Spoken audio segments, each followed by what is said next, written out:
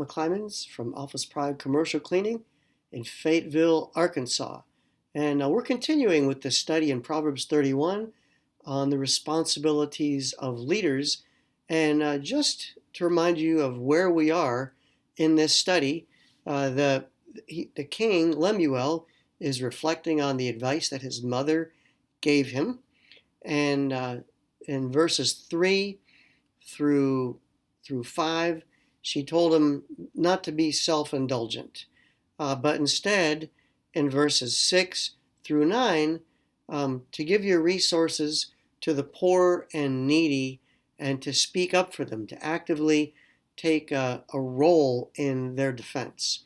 So that's where we are in this little study. And so far, we've gone through, number one, the king's reaction, or recollection rather, to his mom's teaching, lessons that she taught him. We said last time, these lessons apply not just to those in government, but across all types of leaders in all kinds of organizations. So today, we're talking about, are there limits to the leader's responsibilities? So what are the limits of the leader's responsibilities? So King Lemuel was supposed to defend and actively speak up for and give resources for those under his authority, particularly those who are in need.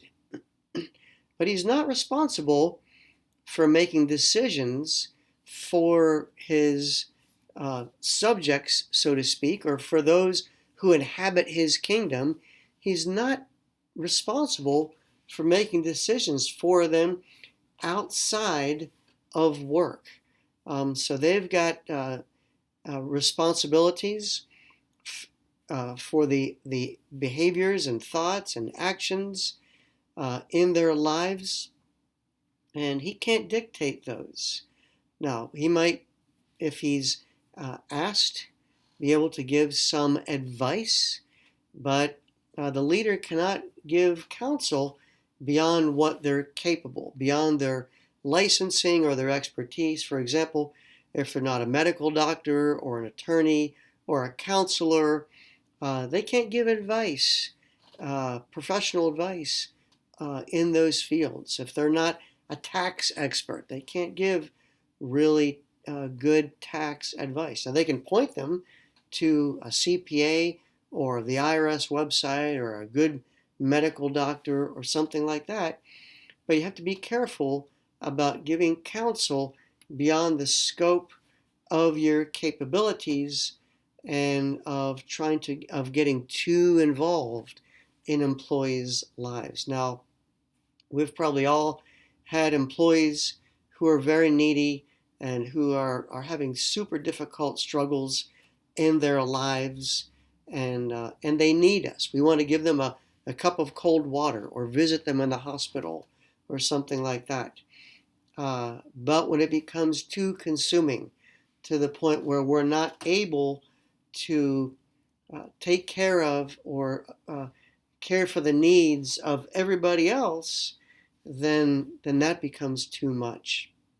So I like to tell my employees that we really, in our sphere of decision making, we look at the needs of the individual employee, we look at the needs of the customers, we look at the needs of all the employees, and we look at the needs of the company, and really try to balance those out in terms of our decision making.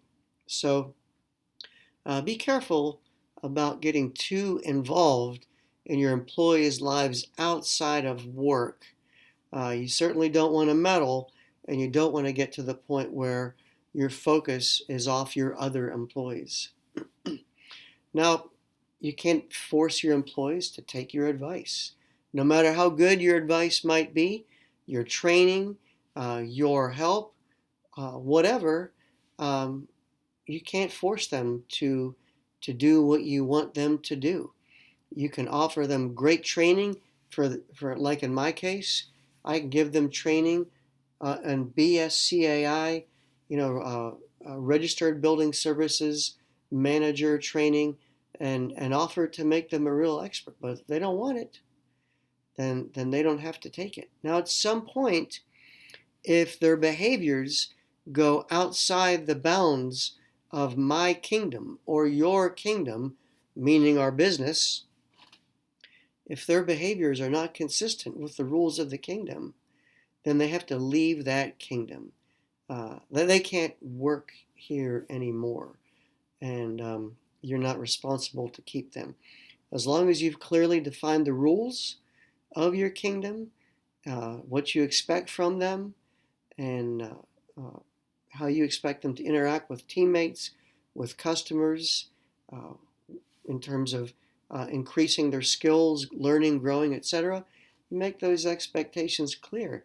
And if they can't keep them, then you're not responsible to keep them in your kingdom. So that's today's lesson. We'll continue more at a later time. Thanks.